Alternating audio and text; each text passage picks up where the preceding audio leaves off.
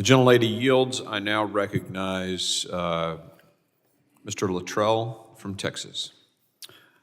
Good afternoon, Mr. Secretary. How are you today? Good afternoon, Congressman. I have a line of questioning I was going to ask you, and I got to tell you, just to mimic Ms. Clark's statements, I think this committee needs to do a better job. If we spend as much time solving problems instead of wire brushing ourselves, there's a point in time I forgot you were in here. And I want to ask you face-to-face, man-to-man, will you meet with me in the next few weeks so we can hash this out? Because what I seem to think that I'm hearing is there's a breakdown in communication and the understanding of either vernacular or language that either makes you responsible for what we have of our expectation. And I think there's a breakdown there. So I'm asking you, would you meet with me so I can tell you what I'm seeing from my district in Texas? Congressman, I would gladly. Yes or no? Thank you. I would gladly meet with you. Thank you. And so I represent Texas 8. We are basically a landing zone for the border, okay? And I want to bring two names to your attention, Mr. Ethan Griffin, age 22, and Mr. Joshua Gillahan, age 14, both perished from fentanyl, okay? And I don't care what administration you're talking about now, right? I'm past red and blue, okay? Joshua died 8 months ago. Okay, here are my numbers, sir, in my district. In 2020, 325 deaths.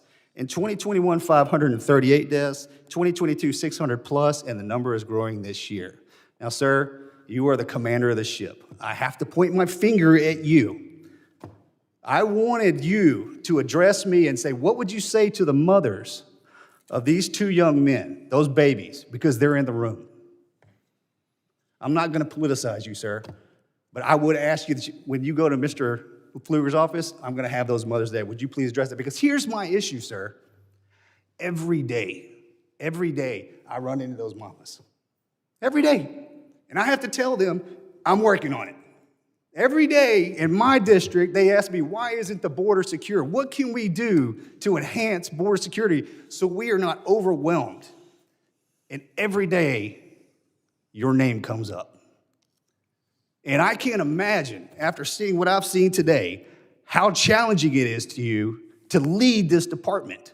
We will do better. I give you my word as a Texan and as a congressman that with this committee, we will do better to provide you guidance as a united body so you can secure our border. That's what we need. Do you agree to that? Congressman. Whoa. All right, hey, back that up, buddy. I identify as a man, and I don't have any pronouns. Congressman. I apologize. Congressman, we need to work together to address the challenges that have been the subject of this hearing. And fentanyl and the scourge of fentanyl is one of them. Let me share with you that the scourge of fentanyl is not new to 2023. It is not. I'm not saying it is. I'm not saying that at all, sir. What I'm saying is these numbers, and again, you heard me say, I don't care what administration you're talking about, these numbers are progressively getting worse. So, you and I, and this committee, and this body politic, need to put aside our differences because it is the American public that are suffering. No wonder they're pissed at us. Yes? Agreed, Congressman. Let me share with you one thing that we could do, just one example of what we can do together. Fund the Department of Homeland Security for $305 million so we have a greater level of non-intrusive inspection technology to detect and I agree that we need to fund. However, sir, if we're going to spend, $3 million on a private law firm to help you prep for hearings, from what I understand, the documentations that I saw today, $1.5 million already gone out the door. As a fiscally conservative man, if we want to fund a department, let's fund it. And let's just not go spending things that we don't need to spend taxpayer dollars on. How about that? Congressman, I respectfully must say that you are conflating very serious issues with other issues that do not relate. Which serious issue am I conflating? The border problem? Well, hey, be careful because I'm kind of on your side right now, but that can switch, especially after you call me a woman.